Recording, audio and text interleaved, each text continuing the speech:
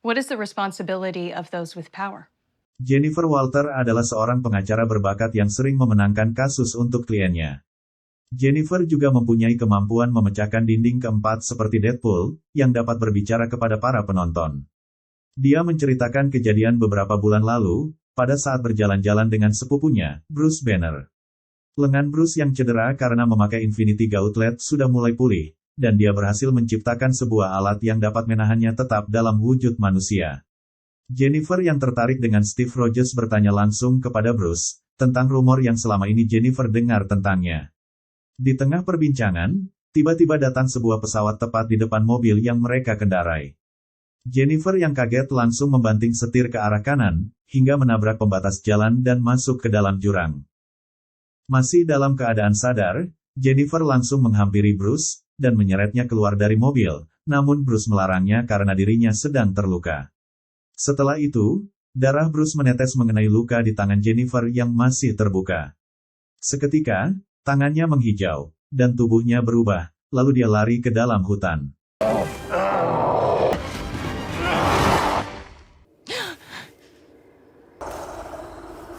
Jennifer tiba-tiba terbangun dan hari sudah malam. Lalu dia berjalan hingga sampai di sebuah bar. Jennifer membersihkan dirinya di toilet, dan bertemu dengan beberapa wanita yang kasihan melihatnya, yang kemudian memberinya sebuah mantel bulu, serta meminjamkannya ponsel untuk menghubungi Bruce. Ketika Jennifer sedang berada di depan bar untuk menunggu jemputan, sekelompok pria mengganggunya hingga membuatnya marah. Seketika, tubuhnya berubah dan membuat para pria ketakutan, namun Bruce datang tepat waktu dan berhasil menghentikan Jennifer sebelum hal yang buruk terjadi. Kali ini Jennifer terbangun di sebuah tempat yang berada di tepi pantai. Jennifer berkeliling di sekitar, lalu bertemu dengan Bruce yang sudah dalam wujud Hulk. Bruce sedang memperbaiki alat penahan wujudnya yang rusak, serta menjelaskan kepada Jennifer bahwa kini mereka sedang berada di Meksiko. Di tempat inilah dulu Bruce menghabiskan waktu setelah kejadian jentikan Thanos, sehingga berhasil menyatukan identitas Bruce dan Hulk. Tempat ini sendiri dibangun oleh Bruce bersama dengan Tony Stark. Jennifer kemudian bertanya mengenai pesawat yang menghadang mobil mereka, dan Bruce menjelaskan bahwa itu adalah kapal kurir dari Sakaar yang mungkin mencoba mengirimkan pesan padanya. Bruce juga menjelaskan jika darahnya sudah masuk ke dalam tubuh Jennifer, yang menyebabkan dirinya berubah. Ternyata Bruce dan Jennifer mempunyai genetik langka, yang mampu mensintesiskan radiasi gamma menjadi sesuatu yang lain. Namun Jennifer tidak dapat menerima hal tersebut, dan menyuruh Bruce untuk mengembalikannya seperti semula. Bruce pun menjelaskan jika hal itu tidak dapat dilakukan, karena Bruce sendiri telah berjuang selama bertahun-tahun, namun tidak berhasil, hingga akhirnya dia harus menerima keadaan. Bruce berkata jika Jennifer harus menjauhi orang dan meninggalkan pekerjaannya, serta harus tinggal di sini sampai tahu cara mengendalikan perubahannya. Bruce sendiri butuh waktu selama bertahun-tahun untuk mengendalikan perubahannya. Jennifer yang tidak punya pilihan lain, akhirnya mengikuti saran dari Bruce, dan mulai berlatih untuk mengendalikan perubahannya. Jennifer lalu dimasukkan ke dalam sebuah ruangan untuk memicu rasa takut dan amarahnya. Kemudian, dinding dengan pisau yang berputar mulai bergerak, dan pada saat sudah mendekati Jennifer, akhirnya dia berubah, dan menghantam balik dinding tersebut. Jennifer yang masih marah lalu membuka pintu ruangan dan membantingnya. Lalu Bruce menyuruh Jennifer untuk berhenti dan tetap tenang. Tetapi dengan santainya, Jennifer berbicara kepada Bruce, sehingga membuatnya tercengang.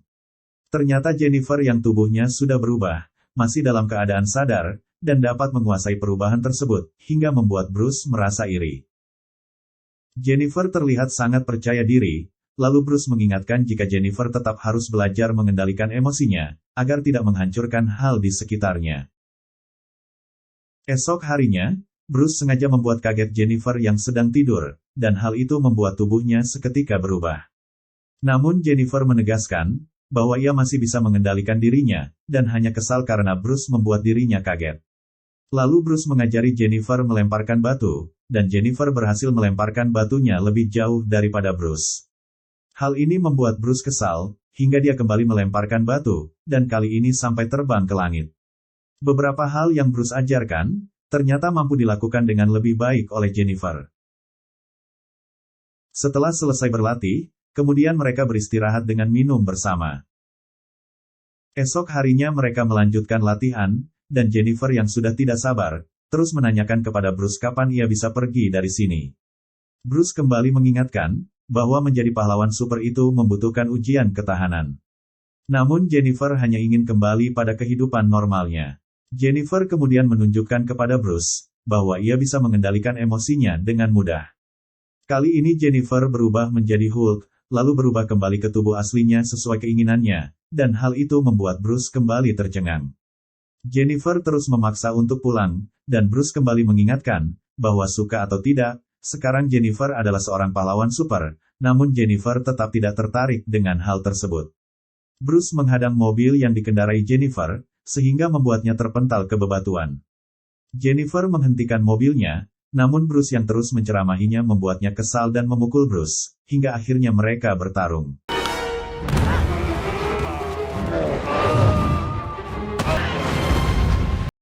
Bruce yang terus terdesak membuatnya terpaksa mengeluarkan tepukan mautnya sehingga membuat Jennifer terpental, dan lagi-lagi sambil terus menasehatinya. Jennifer membalas dengan jurus yang sama, namun gagal. Pada percobaan kedua, mulai keluar hempasan angin dari tepukannya. Lalu Jennifer menepukkan tangannya berulang-ulang, hingga membuat Bruce pusing dan membalasnya dengan sebuah pukulan. Tensi yang makin meningkat di antara mereka, membuat pertarungan semakin dahsyat, hingga menghancurkan bar milik Bruce. Setelah kejadian itu, Bruce memperbaiki barnya kembali, dan menikmati snack bersama Jennifer. Ia akhirnya menyerah, dan membiarkan Jennifer untuk kembali pada kehidupan normalnya. Namun Bruce mempersilahkan, jika nanti Jennifer berubah pikiran. Lalu Jennifer pun pergi dengan mengendarai mobilnya.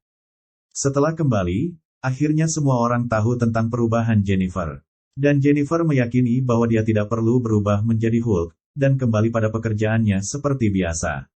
Namun pada saat persidangan, ketika Jennifer akan mengutarakan argumennya, tiba-tiba tembok di belakangnya dihancurkan oleh seorang wanita. Teman Jennifer yang bernama Nikki kemudian menyuruhnya untuk berubah. Awalnya sempat ragu, namun akhirnya Jennifer memperlihatkan perubahannya. Who the hell are you? Jennifer Walters, attorney at law. Lalu Jennifer melawan wanita tersebut, dan membuatnya terhempas hanya dalam sekali pukulan. Setelah itu, Jennifer dapat kembali ke tubuh aslinya, namun pakaiannya sudah robek akibat perubahannya tadi. I'm ready to give my closing argument now. A stunning scene from the Metropolitan Courthouse today. Kejadian di pengadilan dengan cepat menyebar, dan yang dihadapi oleh Jen ternyata adalah seorang influencer berkekuatan super bernama Titania yang kabur dari sidang lalu lintasnya. Jen semakin terkenal, hingga membuatnya dipanggil Hulk wanita atau si Hulk. Yeah. So, this chick turned into a Hulk. Like a chick. A She-Hulk? Exactly. Menjadi idola baru, si Hulk disambut dengan meriah saat berada di sebuah bar, meski Jen sendiri tidak menyukai nama panggilan tersebut. That name better not stick.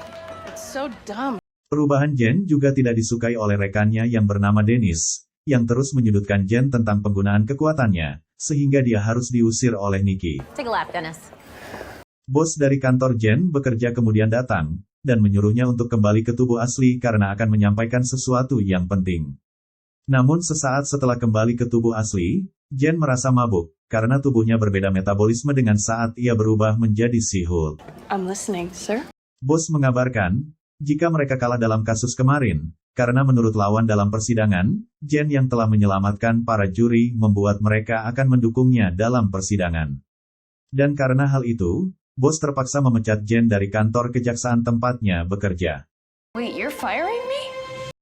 Esoknya Jen berusaha bangkit, dan mulai melamar pekerjaan. Namun kejadian di persidangan membuatnya ditolak di mana-mana, dan tak ada yang mau menerimanya. Sebagai sahabat yang baik, Nikki terus menemani Jen untuk membantunya mencarikan pekerjaan baru. Seolah sudah jatuh tertimpa tangga, Ibu Jen memberinya pesan agar tidak telat datang ke acara makan malam keluarga, hal yang sangat dihindarinya dalam keadaan saat ini. Jen mengajak Nikki untuk ikut dengannya, namun Nikki menolak karena sudah ada janji kencan, sehingga membuat Jen semakin kesal. Malam harinya, Jen datang sendiri ke acara makan malam, dan ayahnya berkata dia sudah mengetahui kabar jika Jen dipecat, dan berjanji tidak akan membahasnya. Namun begitu sampai di meja makan, sepupu Jen yang bernama Chad malah dengan sengaja membahasnya, dan membuat semua anggota keluarga menegurnya, tetapi Jen menanggapinya dengan santai. Yes, got fired, but it's fine. Chad kemudian berkata jika dia baru saja dipromosikan menjadi manajer di tempat kerjanya, dan membuat semua orang menyanjungnya. Jen semakin kesal karena ibu hendak mengenalkannya dengan seorang yang bekerja di kedai kopi langganannya yang bernama Yusuf. Ibu bercerita, jika Yusuf ingin menjadi seorang pahlawan super, dan dia berkata pada Yusuf jika putrinya adalah seorang pahlawan super, lalu memberikan nomor Jen kepadanya. Setelah itu, anggota keluarga lainnya ikut-ikutan membahas tentang pahlawan super, sehingga membuat Jen merasa tidak nyaman. Selepas makan malam, ayah meminta bantuan Jen sebelum ia pergi. Ternyata, ini hanya alasan sang ayah yang ingin mengetahui kabar Jen yang sebenarnya. I'm okay. Really? Jen kemudian banyak berkeluh kesah tentang masalah yang dihadapinya, lalu sang ayah memberikan semangat dan beberapa saran untuknya, agar Jen dapat terus maju. And now you get to keep moving on. Setelah itu Jen minum sendirian di sebuah bar, kemudian datang Pak Holloway yang merupakan lawan di persidangan yang membuat Jen dipecat. Pak Holloway menawarkan Jen sebuah pekerjaan untuk memimpin sebuah divisi baru di perusahaannya. Tanpa basa-basi, Jen langsung menerima pekerjaan tersebut, dengan catatan, dia akan merekrut paralegalnya sendiri, dan langsung disetujui oleh Pak Holloway yang menyuruh Jen untuk mulai bekerja pada hari Senin.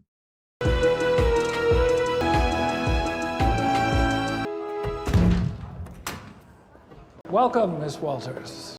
Hari pertamanya di kantor, Jen disambut langsung oleh Pak Holloway, yang menjelaskan bahwa kantornya baru saja membentuk divisi hukum manusia super, dan ingin merekrut Jen sebagai perwakilannya.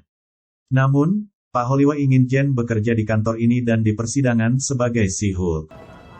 Right now. Terrific. Tidak punya pilihan lain, Jen berubah menjadi She-Hulk saat itu juga, yang membuat semua orang di sekitarnya salah fokus ketika melihatnya. Jen sedikit kesal, karena kekuatan supernya yang membuat ia diterima bekerja. Padahal, Jen hanya ingin hidup normal dengan kemampuannya sendiri sebagai seorang pengacara, daripada harus menjadi She-Hulk. I'm Interesting.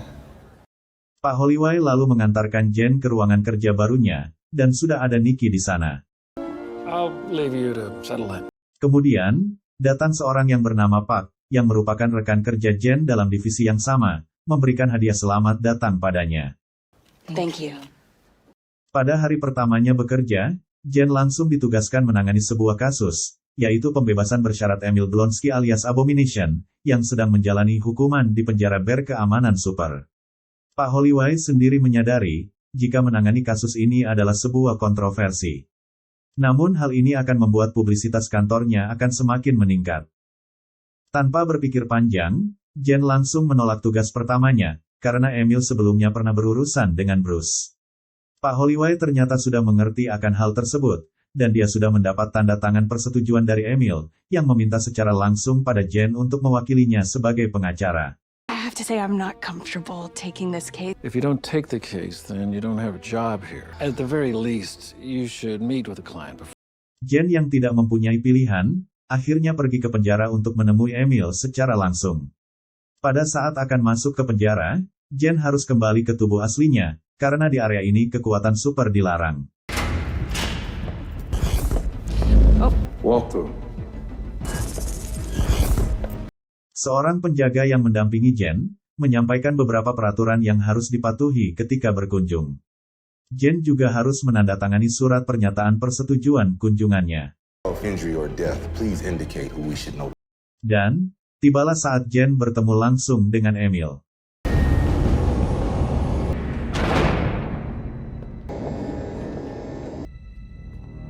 Jennifer Walters.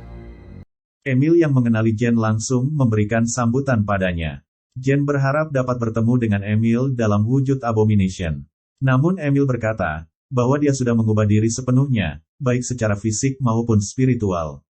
Emil kemudian menceritakan asal-usulnya yang lahir di Rusia, besar di Inggris, dan menjadi komando Angkatan Laut Kerajaan, kemudian dipinjamkan ke pemerintah Amerika. Okay. Dia juga bercerita tentang 7 belahan jiwa yang dikenalnya, melalui program Sahabat Pena di penjara. Emil kemudian berkata, jika masalah dengan Hulk dulu bukanlah masalah pribadi, namun dia hanya menjalankan perintah dari atasannya. Emil menyalakan serum prajurit super yang disuntikan ke badannya, sehingga dia berubah menjadi Abomination. Emil pun mengira bahwa dia dulu adalah pahlawannya, semacam Kapten Amerika yang diperintahkan untuk mengalahkan para musuhnya. Kemudian akhirnya malah dia sendiri yang dipenjara, sementara Hulk yang menjadi pahlawannya. Where's the justice in that, Jen?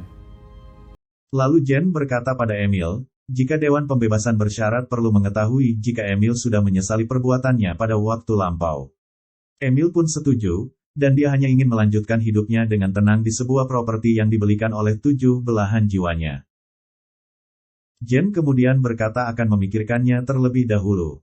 Yeah, I'll think about it. Holloway, I expect to hear your...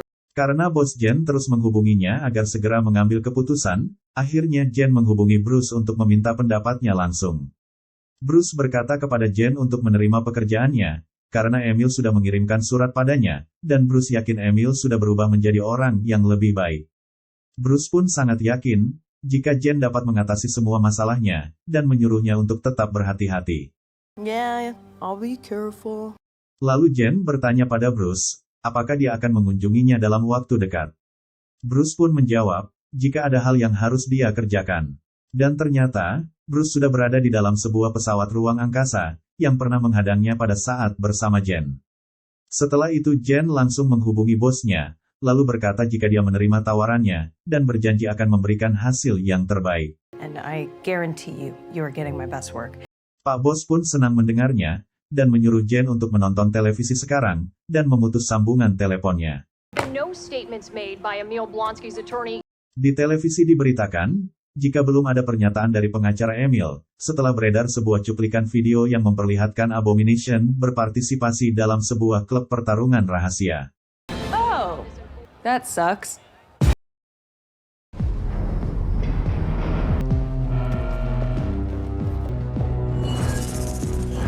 Setelah melihat tayangan di televisi, Jen langsung meminta penjelasan kepada Emil mengapa dia bisa kabur dari penjara super ketat, dan bahkan tertangkap oleh kamera. Emil dengan santai menjawab, bahwa ia dipaksa meninggalkan selnya, oleh seorang penyihir agung bernama Wong. His name is Wong. Jen lalu meminta bantuan pada Nikki, untuk mencari dan menghubungi Wong. Jen sangat khawatir, jika hal ini dapat menggagalkan upayanya membebaskan Emil dari penjara. I know you can't wait to see Wong. Just remember whose show this actually is. Kabar bahwa Jen menjadi pengacara Emil dengan cepat menyebar, dan menjadi berita viral di televisi, dan berbagai media sosial. Ada yang tetap mendukung Jen, namun lebih banyak orang yang menentangnya. Jen menanggapinya dengan santai, dan tetap percaya dengan proses hukum yang berlaku, jika Emil layak disidang secara adil. Lalu Jen menerima telepon dari Pak Holloway, yang menyuruhnya untuk segera ke ruangan bos, dan sesampainya di sana, sudah ada mantan rekan Jen yang bernama Dennis. Dennis! No, not Jen Walters. Pak Holloway berkata bahwa Dennis membutuhkan bantuan, karena telah ditipu oleh mantan pacarnya, dan ingin mengajukan tuntutan agar uangnya kembali. Dennis meminta bantuan divisi hukum manusia super, karena pacarnya adalah seorang peri pengubah bentuk yang berasal dari New Asgard. Peri tersebut telah menipu Dennis, dengan berubah bentuk menjadi sesosok artis yang bernama Megan Stallion, hingga Jen pun menertawakannya. Emmy Award winner megastar Megan Thee Stallion. Tiba-tiba Wong datang melalui portalnya, lalu Jen meminta izin untuk mengurus kasusnya, dan pergi bersama Wong. Dennis? Wong mengakui jika ia memaksa Emil untuk kabur dari penjara, sebagai sarana pelatihan untuk menjadi penyihir agung. Dia pun memohon agar Emil tidak dihukum atas perbuatan yang telah Wong lakukan. Wong lalu menawarkan beberapa solusi untuk mengatasi hal ini dengan beberapa sihir, selain sihir untuk melupakan. Namun Jen menolak, dan meminta Wong untuk menjelaskan semuanya langsung di persidangan. Don't tap your nose. Kembali ke Dennis yang kasusnya ditangani oleh Park. Setelah ia memberikan beberapa keterangan, Dennis pun pergi.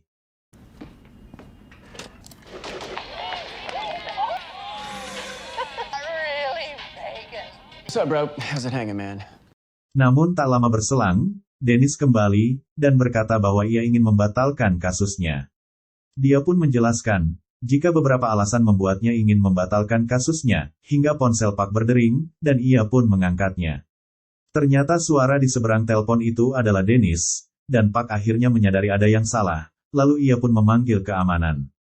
Ternyata, Itu adalah seorang peri pengubah bentuk dari New Asgard, yang sudah banyak menipu dan membuat kekacauan di mana-mana. Di luar penjara, sudah berkumpul para wartawan, yang entah bagaimana muncul kabar bahwa si Hulk ditolak oleh Avenger. Jen yang ditanyai langsung kabur, lalu menemui Emil untuk persiapan sidang pertamanya. Emil yang sudah siap, didampingi oleh para belahan jiwanya yang akan menyaksikan langsung jalannya persidangan. Sementara Wong yang akan dihadirkan menjadi saksi, belum juga datang. Untuk mengulur waktu, Jen menyuruh Emil untuk bersaksi. Emil pun mengungkapkan penyesalannya di hadapan para juri, dan meyakinkan mereka, jika dia sudah berubah, menjadi orang yang lebih baik. Jen juga meyakinkan para juri, jika Emil sudah bebas dari penjara, ia akan mendapat dukungan penuh dari para belahan jiwanya. Mr. Blonsky is a long-term committed relationship with all of whom have pledged to financially. Beberapa saksi lain juga dihadirkan untuk memberikan keterangan, yang dapat mendukung bebasnya Emil dari penjara. Namun masalah inti, yaitu kaburnya Emil dari penjara, tetap membutuhkan kesaksian Wong, yang belum juga hadir dalam persidangan tersebut. Dan setelah Jen hampir putus asa, Wong akhirnya muncul. My apologies, Miss Walters. We lost track of time. I'd like to move for dismissal of all charges against my client. Di tempat lain, juga diadakan persidangan berkaitan dengan peri perubah bentuk yang bernama Runa, yang ternyata adalah putri seorang diplomat dari New Asgard. Sang pengacara mengajukan pembatalan semua tuduhan, karena Runa memiliki kekebalan diplomatik. Namun hakim berkata bahwa ini bukan di New Asgard, sehingga mosi pembatalan tuntutan Runa pun ditolak, dan Pak Hakim langsung pergi. Tak berselang lama, Pak Hakim kembali ke tempat duduknya, dan berkata bahwa ia akan mengubah keputusan, karena informasi yang baru saja diterimanya. Pak pun menyadari itu adalah Runa yang menyamar, dan pengacara Runa sendiri langsung memberinya peringatan. Kembali ke pengadilan Emil, Wong memberi kesaksian bahwa ialah yang memaksa Emil untuk kabur dari penjara. Wong juga ingin memberikan suaka padanya di kamar Taj, namun Emil memilih untuk kembali ke penjara untuk menjalani hukumannya. Thank you. Lalu Jen berkata, jika tindakan Emil untuk memilih kembali ke penjara bukan merupakan tindakan seorang kriminal, tetapi seorang pria yang sudah berubah, dan ingin melakukan hal yang benar. Juri pun meyakini Emil yang sudah berubah, tetapi tetap meragukan Emil jika berubah menjadi Abomination. Emil lalu berinisiatif untuk memperlihatkan perubahannya menjadi Abomination, dan Jen yang merasa khawatir langsung melarangnya. Namun Emil tetap bersikeras, lalu ia pun berubah, hingga membuat para juri ketakutan.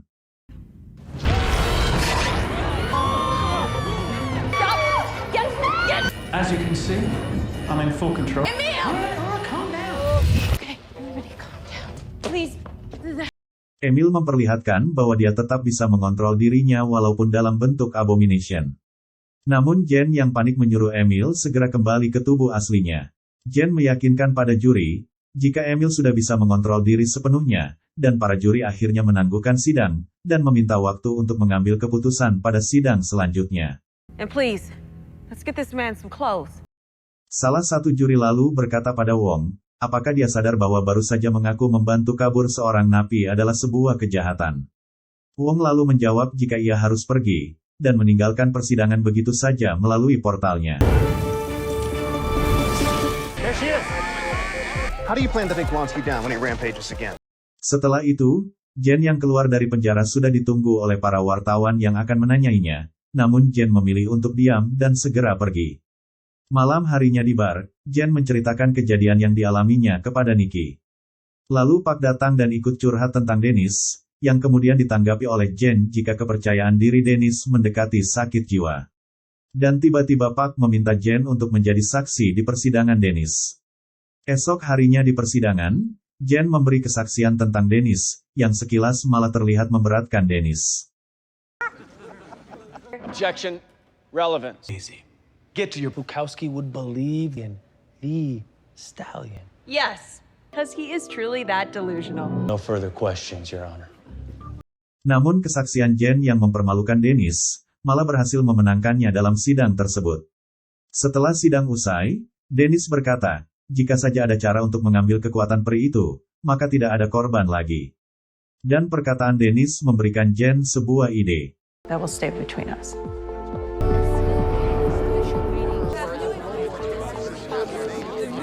Pada persidangan terakhir Emil, diputuskan jika permohonan bebas bersyaratnya dikabulkan para juri, dengan syarat, Emil dilarang berubah menjadi abomination selamanya. Dan jika Emil melanggar sekecil apapun, dia akan kembali ke penjara. Jen pun sangat puas, dan Emil berterima kasih kepadanya. You might want to reconsider that one way or the other, you know. It's a big part of it, really.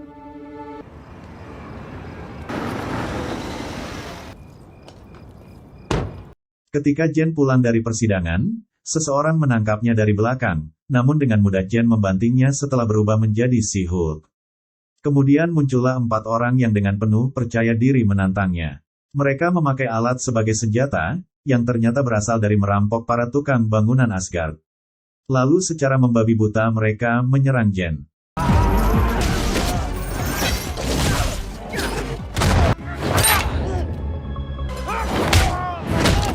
Dengan mudah, Jen dapat melumpuhkan mereka tanpa kendala berarti.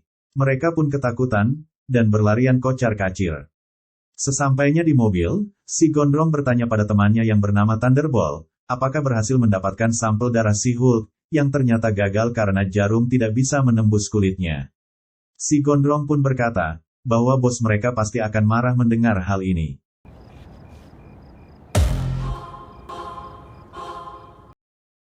Hey, there's my new favorite class. Just your signature there.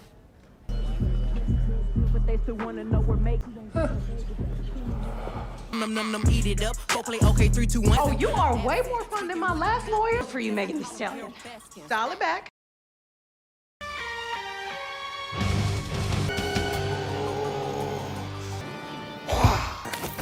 Fire. Flame.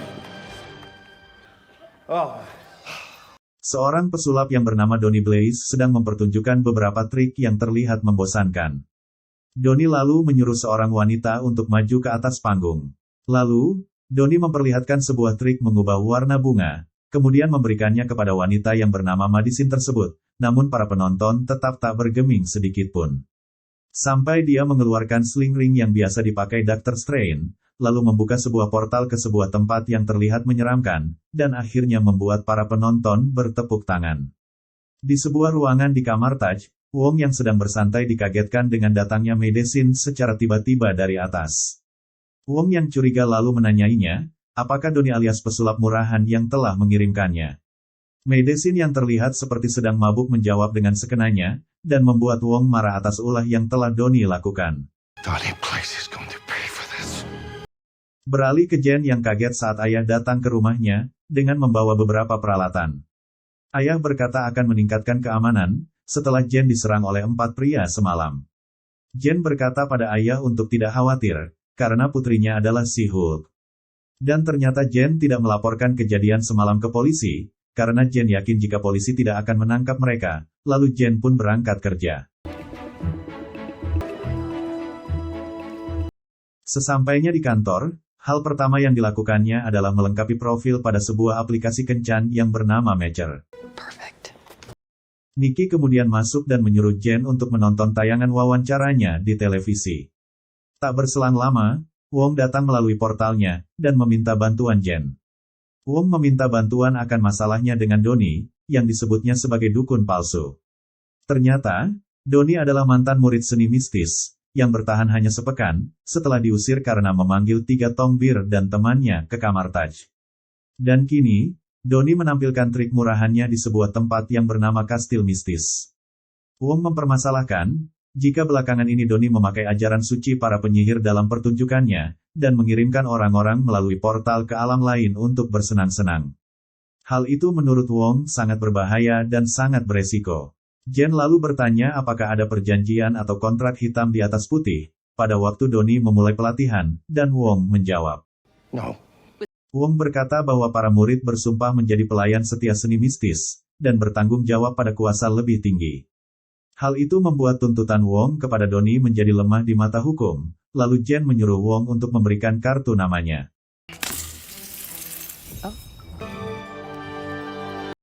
Malam harinya, Jen menyelesaikan pekerjaannya di bar, ditemani oleh Nikki. Tiba-tiba datang seorang pria yang menawarkan traktiran pada mereka, namun langsung ditolak oleh Jen, karena dia sedang bekerja. Nikki meminta Jen untuk memperlihatkan profilnya pada aplikasi Matcher, lalu dia menyarankan untuk tidak memasang foto profil memakai pas foto kantor, dan menyuruh Jen membuat profil sebagai Si-Hulk, yang jelas ditolak mentah-mentah oleh Jen. Esoknya, Jen bersama Wong menemui Donnie dan juga bosnya yang bernama Cornelius, untuk memberi peringatan agar menghentikan praktek seni mistis. Donnie pun langsung membela diri dengan berkata, bahwa sihir tidak bisa dimiliki dan dibuat hak cipta, dan malah terkesan menantang, yang membuat Wong terpancing untuk mengadu ilmunya. Lalu Jen langsung menghentikan Wong, dan memberikan surat somasi kepada Donnie. Sebelum pergi, Jen mendapatkan notifikasi pada aplikasi kencannya, dan berencana akan COD dengan pasangan matchernya. Namun setelah bertemu, pasangan Jen yang bernama Alan, hanya mengobrol sebentar, dan lalu meninggalkannya, bersama dengan tagihan kencan mereka. Esoknya, sidang pertama atas tuntutan Wong kepada Donnie dimulai. Setelah Jen membacakan tuntutannya, hakim meminta saksi untuk mendukung klaim Wong.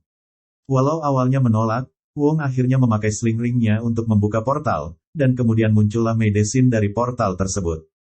Medicine yang sedang mabuk langsung menghampiri Wong, lalu Jen menyuruhnya untuk menjawab beberapa pertanyaan.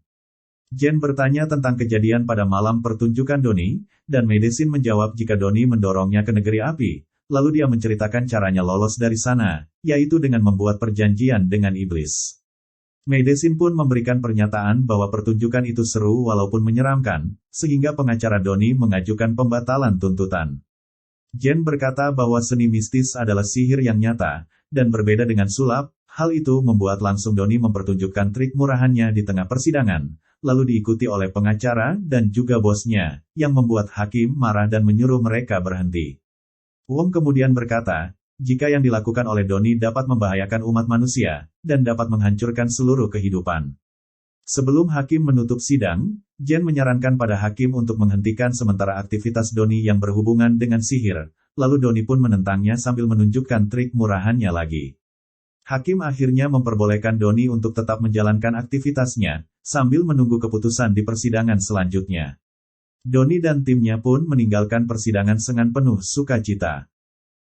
Karena kesal, Wong lalu menyarankan agar Donnie dikirimkan ke dimensi cermin, namun Jen menolaknya. Karena terlalu sibuk dengan pekerjaannya, Jen lupa bahwa besok adalah akhir pekan. Jen pun mengecek notifikasi matcher, namun belum ada satupun pria yang nyangkut. Teringat saran Nikki, Jen akhirnya membuat profil Si-Hulk di matcher. Lights, camera, action. Dan tanpa disangka, banyak pria yang tertarik dengan Si-Hulk. Beberapa pria yang ditemui Jen terlihat membosankan, karena kebanyakan hanya menanyainya tentang sosok Si-Hulk, sampai akhirnya dia bertemu dengan seorang ahli onkologi anak yang perhatian.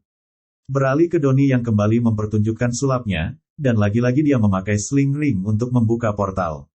Tetapi, portal yang dibuat oleh Donnie tidak membuat penonton tertarik lagi, lalu dia pun mencari cara lain. Kali ini, Donnie memunculkan seekor burung menggunakan sling ring-nya, kemudian burung itu hinggap dan bertelur di tangan seorang penonton. Telur itu lalu menetas, dan muncullah seekor monster yang membuat para penonton ketakutan. Donnie kemudian membuka sebuah portal, dan menendang monster itu ke dalamnya. Namun, belum sempat portal menutup, monster itu berhasil keluar, dan kali ini bukan hanya satu monster saja. Hal ini membuat para penonton berlari ketakutan. Tak punya pilihan lain, Donnie meminta bantuan Wong dengan membuat portal ke kamar Taj. Karena keadaan genting, Wong pun terpaksa membantu Donnie, dan menyuruhnya untuk menghubungi Jen. Sementara Jen yang sedang berkencan, mengabaikan telepon yang masuk, dan melanjutkan obrolannya. Karena terus diabaikan, Wong terpaksa langsung menemui Jen menggunakan portal, sehingga kencannya ambiar seketika. Kemudian Jen dengan terpaksa membantu Wong melawan para monster iblis. Bersama-sama, mereka menggiring para monster agar masuk ke dalam portal yang telah Wong buat. Jen lalu memegang monster terakhir, dan memaksa Donnie untuk menyetujui tuntutan yang diajukan oleh Wong. Kemudian dia kembali ke rumah untuk melanjutkan kencannya. You got a little something right there. Just demon clock. Esok paginya, Jen terlihat sumringah. Lalu Nikki mengirimkan pesan tentang bebasnya Titania, dan Jen langsung menonton beritanya di televisi. Teman kencannya lalu datang, dan tidak mengenali Jen dalam tubuh aslinya, kemudian dia pergi begitu saja setelah mengetahui sosok asli Si-Hulk.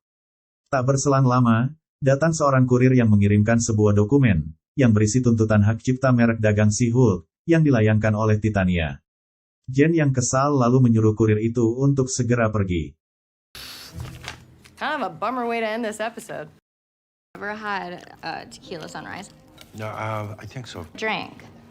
Well, gin and tonic. Do bottomless gin and tonic, but we will find out.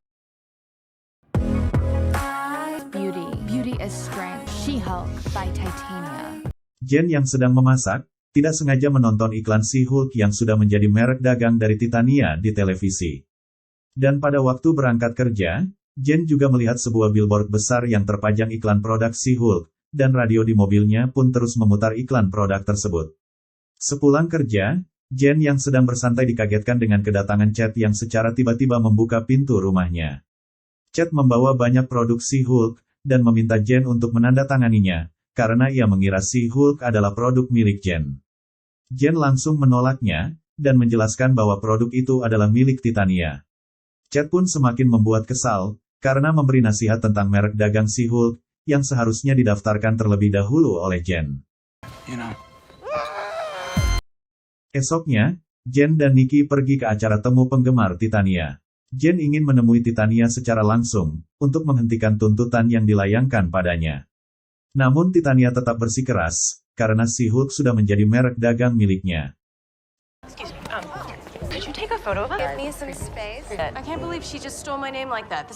Pada saat sedang di kantor, Park meminta tolong pada Nikki untuk ikut mengantri pada peluncuran sneaker Iron Man 3 yang dibatasi satu pasang per pembeli. Park ingin memiliki satu pasang sneaker lagi untuk dipajang sebagai koleksi. Park sendiri memiliki beberapa sneaker langka yang didapatnya dari makelar gaya yang bernama Alonzo, yang bisa mencarikan apa saja untuk fashion. Nikki lalu bertanya apakah dia bisa membuat pakaian khusus untuk manusia super, dan meminta Park untuk mengantarkannya sebagai balas budi untuk mengantri sneaker. Mereka lalu pergi ke sebuah kafe boba, yang menurut Park, tempat ini adalah sebagai kedok bisnis pakaian pahlawan super milik Alonzo. Mereka pun masuk, dan si pelayan mengajak mereka pergi ke belakang. Pelayan kafe tersebut membuka sebuah lemari yang berisi barang imitasi bertema pahlawan super, lalu Nikki berkata bahwa dia tidak ingin membeli barang imitasi, dan hanya ingin membuat pakaian khusus untuk pahlawan super. Si pelayan berkata, bahwa Alonzo tidak mau bertemu karena sangat eksklusif. Okay, fine. I'll buy one of your Avengers t-shirts. Mereka pun akhirnya terpaksa membeli barang imitasi tersebut, sebagai akses untuk bertemu langsung dengan Alonzo. Beralih pada Jen yang sedang dikritik oleh bos sehubungan dengan masalahnya dengan Titania, akhirnya diputuskan Jen akan menuntut balik dengan didampingi oleh rekan pengacara Jen di divisi manusia super, yaitu Mallory Book. Nikki pun turut membantu Jen, dengan rencana membuat kostum pahlawan super yang sudah disiapkannya.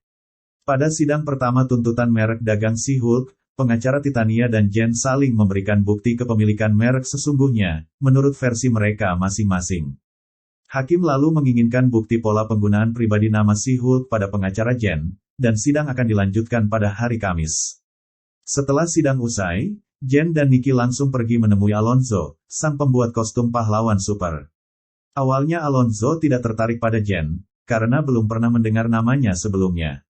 Namun setelah Nikki menjelaskan bahwa Jen adalah sepupu dari Hulk, Alonzo akhirnya tertarik untuk membuatkannya kostum. Setelah itu mereka kembali ke kantor, dan tanpa disangka, Jen bertemu dengan seorang pria yang pernah berkencan dengannya dalam wujud She-Hulk. Hal ini memberikan Jen sebuah pencerahan, karena profil di aplikasi kencan sebagai She-Hulk, dan beberapa orang yang sudah berkencan dengannya mengenalinya sebagai She-Hulk. Ini merupakan bukti pola penggunaan nama Jen sebagai She-Hulk yang dibutuhkan di pengadilan. Pada sidang lanjutan, Jen terlihat lebih siap, dan Book langsung menunjukkan profil She-Hulk di aplikasi kencan pada hakim. Lalu, beberapa pria yang pernah berkencan dengan She-Hulk menjadi saksi di persidangan. Sampai pada penjelasan saksi yang terakhir, semakin memberikan dukungan pada Jen untuk memenangkan kasus ini. Dan pada akhirnya, hakim memutuskan bahwa Jen adalah pemilik nama She-Hulk yang sah. Sedangkan Titania harus berhenti menggunakan nama She-Hulk, dan semua produk dengan nama itu harus segera ditarik dari pasaran. Usai persidangan, Jen mentraktir Book minum bersama, untuk merayakan kemenangan mereka di persidangan. Book memuji strategi Jen, walaupun harus mempermalukan dirinya sendiri, di depan hakim dan seluruh orang di persidangan. Lalu Book menyinggung Jen tentang pakaian barunya yang harusnya ia kenakan, dan Jen pun langsung teringat akan hal itu. Jen langsung bergegas pergi ke tempat Alonzo untuk mencoba kostum barunya, dan Alonzo pun membuatkannya kostum ekstra, lalu Jen berterima kasih padanya. Sambil menunggu Jen, Alonzo membereskan sebuah kotak yang berisi helm bertanduk, yang menunggu sang pemilik untuk mengambilnya.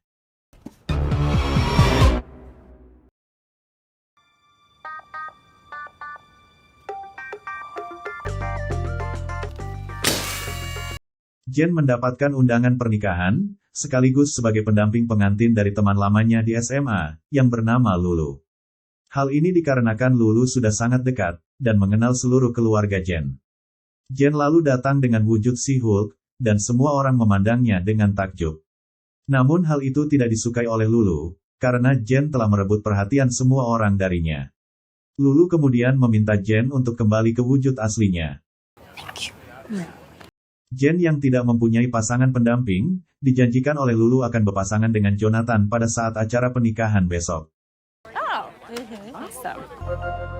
Alright, Mr. Holland. Beralih ke Nikki yang sedang sibuk membantu Book di kantor. Mereka sedang menangani kasus perceraian seorang pria yang bernama Craig Hollis alias Mr. Immortal. Mr. Immortal bercerita bahwa dia sudah melalui banyak pernikahan, dan selalu melakukan bunuh diri untuk berpisah dengan pasangannya. Namun karena kekuatan yang dimiliki sesuai nama julukannya, Mr. Immortal tidak bisa mati. Bad about this tactic? Yeah, I mean, if you have the opportunity. Consider it. That's not the word you're looking. Selalu dicecar pertanyaan yang terus menyudutkan, baik dari Nikki maupun Book membuat Mr. Immortal frustasi, kemudian menjatuhkan dirinya dari ketinggian.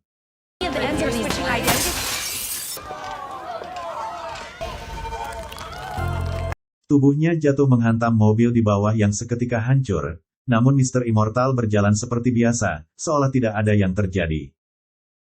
Kembali ke acara pernikahan, Lulu yang merasa bersalah menghampiri dan menanyai kabar Jen, serta kesibukannya. Jen lalu bercerita mengenai pekerjaan barunya sebagai pengacara di sebuah firma hukum bergengsi, namun Lulu tidak peduli akan hal itu, dan menanyakan apakah Jen sudah mempunyai pacar. Oh, no. What the hell? Titania yang tiba-tiba datang membuat Jen kaget dan langsung menghampirinya, lalu Titania menjelaskan jika dirinya diundang pada acara pernikahan ini. Lulu sangat senang melihat Titania datang, namun Jen berkata padanya bahwa Titania sengaja datang hanya untuk mengganggunya. Mendengar perkataan Jen, Lulu membela Titania. Titania pun meyakinkan jika dia datang hanya untuk ikut merayakan acara pernikahan Lulu, dan hal itu membuat Jen kesal.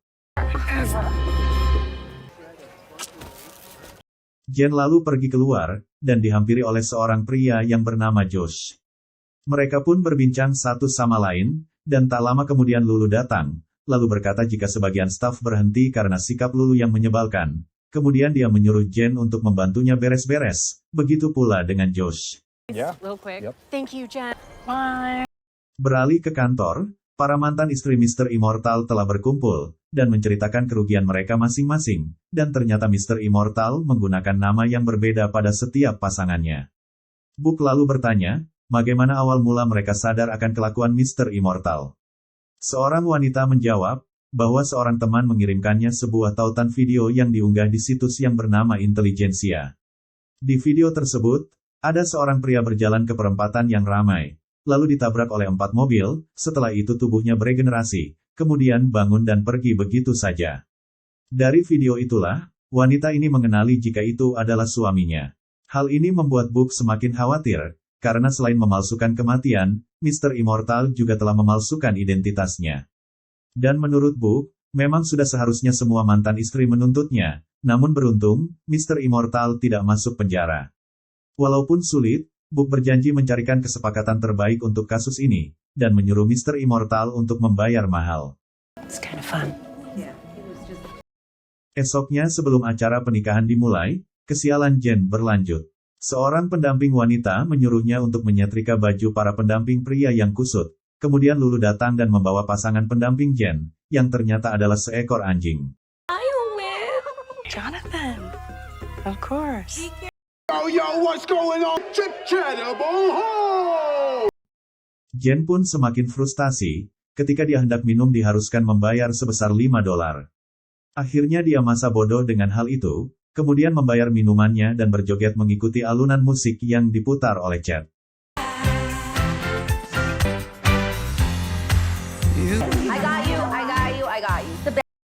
Beralih ke kantor, Nikki menawarkan opsi ganti rugi yang disetujui oleh semua mantan istri Mr. Immortal, dan mereka terlihat sangat puas, sehingga Book memuji kinerja yang bagus.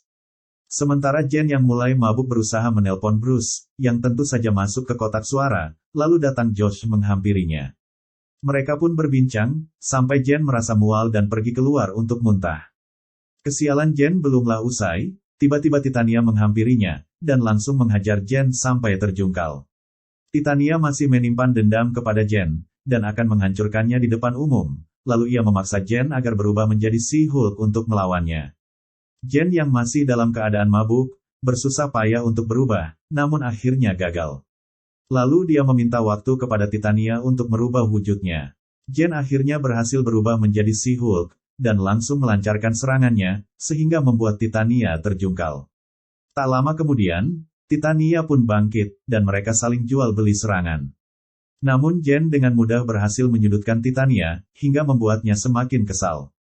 Ketika Titania hendak melancarkan serangannya, tiba-tiba ia terpeleset, yang menyebabkan gigi palsunya terlepas. Dengan perasaan kesal bercampur malu, Titania pun akhirnya meninggalkan tempat itu. Kemudian Lulu muncul, dan Jen yang merasa telah merusak pesta meminta maaf padanya. Namun, Lulu yang terlihat mabuk malah terlihat senang, karena si Hulk hadir dalam pesta pernikahannya, dan pesta pun dilanjutkan kembali. Pada malam hari, Nikki dan Book merayakan kemenangan mereka, sambil menonton video Mr. Immortal di situs intelijensia. Book berkata, jika dia sebenarnya sudah menikah, dan sudah tahun ke-11 pada Oktober tahun ini, dia pun sudah mempunyai seorang putra. Pada halaman web intelijensia, Nikki lalu mengklik sebuah kotak bergambar si Hulk, namun dibutuhkan akses masuk khusus anggota saja. Nikki pun mendaftar untuk menjadi anggota, dan berhasil masuk. Di dalamnya, ternyata banyak bahasan para pembenci si Hulk, sehingga Nikki ingin memberitahukan hal ini pada Jen, namun Book melarangnya. Book tak ingin semakin membebani pikiran Jen, dan menganggap ini hanya sebuah gurauan saja. Setelah mereka berpisah, Nikki tetap memberitahukan hal ini kepada Jen melalui pesan suara dari ponselnya. Jen yang telah melewati hari yang sangat melelahkan, menghabiskan malamnya bersama dengan Josh, dan mereka terlihat cocok satu sama lain. Namun, ternyata mereka sudah dipantau oleh seseorang melalui sebuah kamera dari tempat lain. Di sebuah ruangan yang seperti laboratorium, ada seseorang yang menyiapkan jarum suntik berukuran jumbo, yang sepertinya akan ditargetkan untuk Jen atau si Hulk.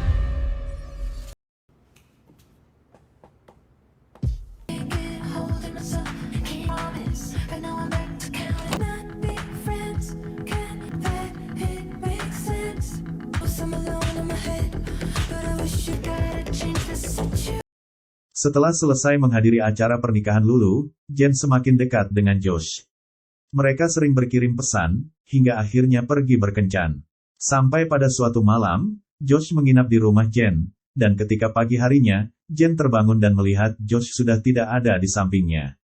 Jen lalu mengirimkan pesan singkat pada Josh sebelum berangkat kerja. Sesampainya di kantor, Nikki memberitahu bahwa Jen dinominasikan menjadi pengacara wanita terbaik tahun ini. Namun Jen terlihat tidak peduli dan terus mengecek ponselnya, karena pesannya tidak dibalas oleh Josh. Sepulang bekerja, Jen terus mengecek ponselnya yang tak kunjung berdering, hingga akhirnya ia tertidur. Pagi harinya, Jen terbangun karena ada panggilan dari ponselnya, yang berasal dari petugas bebas bersyarat Emil yang bernama Chuck. Chuck mengabarkan, bahwa ada alarm kerusakan pada inhibitor Emil, dan mengajak Jen ikut pergi bersamanya ke tempat Emil. Sesampainya di sana, Chuck mengecek inhibitor Emil yang ternyata memang sudah rusak, dan langsung memperbaikinya. Setelah selesai, dengan terburu-buru Chuck pergi meninggalkan Jen dan Emil begitu saja. Ketika Jen akan pamit untuk pulang, tiba-tiba ada dua orang yang sedang bertarung, sehingga menyebabkan mobilnya rusak. Seorang dengan tanduk menyerupai banteng yang bernama Manbull, dan seorang lagi yang bernama El Aguila.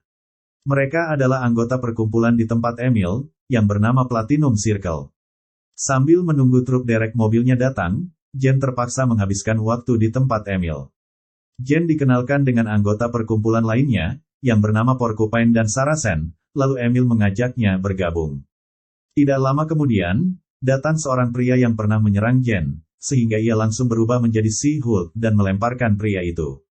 Emil menyuruhnya tetap tenang, dan ikut bergabung dengannya, lalu pria itu meminta kesempatan pada Jen, untuk menjelaskan semuanya. Di depan Jen dan yang lainnya, pria itu berkata, jika dia sudah berubah menjadi lebih baik, dan meminta maaf pada Jen. Emil lalu menyuruh Jen untuk menyampaikan unek-uneknya, dan mengkritiknya karena tidak bisa lepas dari ponselnya. Mendengar hal tersebut, Jen langsung menaruh ponselnya, kemudian menceritakan tentang hubungannya dengan Josh. Jen sangat menyukai Josh, karena menurutnya, Josh hanya peduli pada Jen, tanpa embel-embel She-Hulk. Tidak seperti orang lainnya, yang hanya peduli pada She-Hulk, tetapi tidak peduli dengan Jen.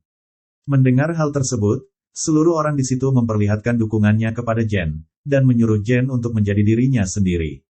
Setelah itu, Jen merasa sangat lega, hingga akhirnya bisa menghapus nomor Josh dari ponselnya. Truk derek akhirnya tiba, dan Jen harus berpisah dengan sekelompok orang yang baru dikenalnya, namun memiliki kesan yang mendalam untuk Jen. Jen lalu berpamitan dengan Emil, dan pulang dengan perasaan lega, walau mobilnya rusak.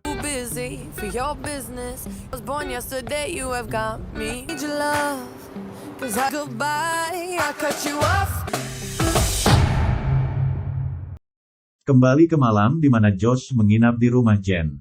Ketika Jen tertidur pulas, secara diam-diam Josh meretas ponsel Jen. Dan ternyata, Josh adalah anggota dari intelijensia dengan nama akun Hulking. Is this OLED or QLED? The guard frog. Leapfrog adalah seorang hero jalanan yang bernama asli Eugene Patilio. Pada suatu malam, ketika sedang beraksi, sebuah alat di kakinya rusak dan mengakibatkan kakinya terbakar. Dia lalu mendatangi kantor Jen, untuk mengajukan tuntutan kepada si pembuat kostum, yaitu Luke Jacobson untuk mengganti rugi atas sakit yang dideritanya. Luke Jacobson. He specializes in supersuits. Oh, shit. Namun, karena Luke juga adalah pembuat kostum Jen, dia meminta kepada bosnya agar Park yang menangani kasus ini, dan langsung ditolak karena keluarga Patilio adalah salah satu klien terbesarnya. Setelah itu, Jen langsung mendatangi Luke untuk mengutarakan masalah yang dihadapinya. Mendengar penjelasan Jen, Luke terlihat sangat kesal, karena dia merasa tidak pernah membuat kostum yang rusak. Luke lalu berkata, jika Jen tidak akan mendapatkan kostum buatannya lagi, lalu merobek kostum Jen yang masih dalam proses pembuatan, dan menganggapnya seorang pengkhianat. Jen yang ikut kesal berjanji akan mengalahkan Luke di persidangan, kemudian pergi dari tempat itu. Di persidangan, Luke diwakili oleh seorang pengacara buta yang bernama Matt Murdock. Matt dan Jen saling beradu argumen di depan hakim, yang pada akhirnya diketahui, jika Eugene memakai bahan bakar yang tidak sesuai instruksi yang diberikan oleh Luke. Setelah mendengarkan semua keterangan, hakim memutuskan untuk menghentikan kasus ini, karena Eugene lah yang salah terhadap penggunaan kostum miliknya. Jen lalu meminta maaf dan memohon pada Luke, agar ia tetap membuatkannya kostum, namun Luke menolaknya mentah-mentah. Malam harinya, Jen ditakdir minum oleh Matt dan menawarinya perdamaian. Mereka pun saling berbincang mengenai kasus yang tadi mereka tangani. Di tengah perbincangan, Matt menerima sebuah panggilan dari ponselnya, dan buru-buru pergi. Sepulang dari bar, Jen yang hendak terlelap tiba-tiba menerima sebuah panggilan dari Eugene. Dia berkata jika sedang diserang, dan meminta bantuan Jen. Jen langsung berubah menjadi She-Hulk dan segera datang menolong Eugene, lalu bertarung dengan seorang pria bertopeng yang menyerangnya. You need to back off. Get out of here! You're making a mistake.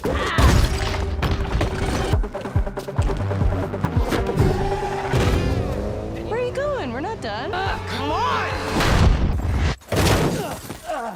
Dengan mudah She-Hulk berhasil menangkap pria tersebut, lalu membuka topengnya, dan ternyata, pria di balik topeng itu adalah Matt. Matt berkata, jika Leapfrog adalah orang jahat yang sudah menculik dan menyandera Luke. Jen lalu bertanya apakah Matt juga seorang pahlawan super, lalu ia menjawab, I'm Daredevil. Kemudian mereka pergi bersama untuk menyelamatkan Luke. Sesampainya di sana, Matt menyuruh Jen untuk menunggunya beraksi terlebih dahulu. Matt mulai memasuki gedung, dan melumpuhkan anak buah Eugene satu persatu. Di tengah aksinya, Jen yang disuruh menunggu malah datang, dan langsung melumpuhkan 5 orang sekaligus. Mereka lalu menerobos masuk dan menyelamatkan Luke, serta menghajar beberapa anak buah yang masih tersisa. Sementara, Eugene kabur melalui jendela, dan mengakibatkan dirinya terjatuh dari lantai atas. Setelah diselamatkan oleh Jen, Luke memaafkannya, dan berjanji akan tetap membuatkan kostum untuknya. Matt dan Jen kemudian saling berbincang, dan Matt berkata jika dia akan pulang ke New York esok hari. Jen lalu membawa Matt ke rumahnya, dan mereka menghabiskan malam bersama.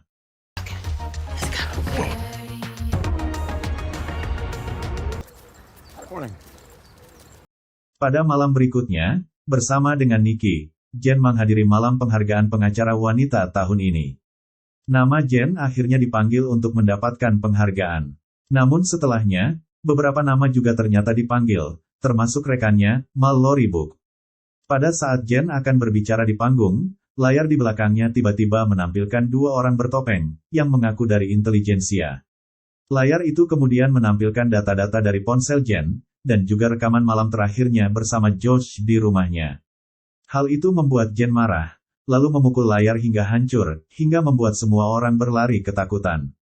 Jen lalu mengejar seseorang yang mencurigakan, dan berhasil menangkapnya. Namun tiba-tiba dia terpaksa harus melepaskannya, karena sudah dikepung oleh beberapa personil pasukan khusus, dengan senjata mengarah kepadanya.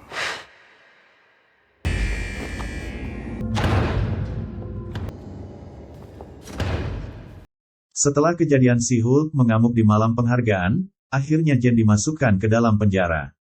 Jen bertanya apakah ada kabar dari Bruce, namun Park belum menerima balasan. Teman-teman Jen berusaha semaksimal mungkin untuk mengeluarkannya dari penjara. What are the terms? Setelah dipasang inhibitor pada kakinya, Jen akhirnya bisa keluar dari penjara. Karena kejadian kemarin, Jen terpaksa keluar dari pekerjaannya. Berita si Hulk yang mengamuk dengan cepat menyebar, Jen dibebaskan dengan syarat dilarang berubah menjadi si Hulk untuk selamanya. Jen akhirnya tinggal di rumah orang tuanya, dan terus mencari informasi tentang intelijensia. Dibantu oleh Nikki, Jen mengumpulkan berbagai informasi yang dapat digunakan olehnya untuk menuntut intelijensia karena sudah melanggar privasinya. Jen terus berusaha menghubungi Bruce, namun belum juga ada kabar darinya. Sementara di kantor, Nikki sengaja mengunggah video Jen pada saat kuliah untuk memancing informasi dari situs intelijensia. Tak lama kemudian, unggahan Nikki mendapatkan respon dari admin yang bernama Hulking, yang langsung mengajaknya bertemu dalam sebuah acara pribadi.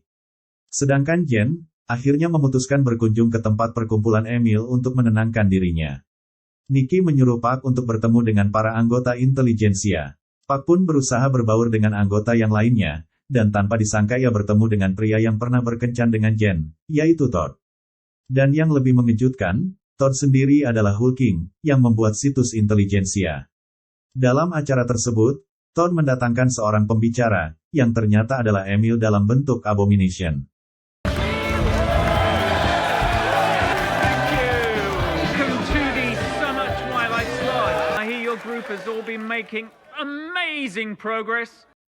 Sementara Jen yang sedang mencari Emil, langsung masuk ke tempat perkumpulan intelijensia yang sebenarnya berada di komplek milik Emil, dan dia sangat terkejut melihatnya dalam wujud Abomination.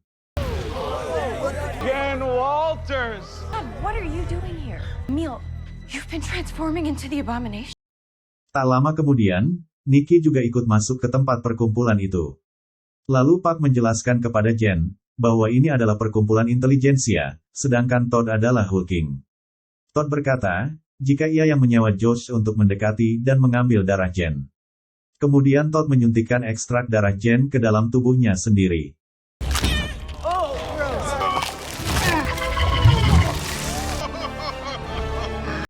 Tak lama berselang, Titania datang dengan mendobrak dinding pondok tersebut. Todd yang tubuhnya sudah mulai berubah langsung menyerang Jen, namun Jen berhasil diselamatkan oleh Abomination. Tanpa diduga, Bruce juga datang, dan langsung menyerang Abomination, karena mengira dia telah menangkap Jen. Keadaan pun semakin kacau dan di luar kendali, membuat Jen semakin frustasi. Alright, let's see. Dengan kemampuan memecah dinding keempat miliknya, Jen berubah menjadi si Hulk, dan masuk ke menu video yang lain, dan langsung mencari ruang produksi serial si Hulk. Jen masuk dan menemui tim produksi untuk mengkritik akhir jalan cerita yang dinilainya sangat kacau. Tim produksi pun berkata, jika ini adalah cerita yang diinginkan oleh Kevin, lalu Jen yang ingin menemui Kevin secara langsung harus melewati beberapa penjaga yang dengan mudah ia kalahkan.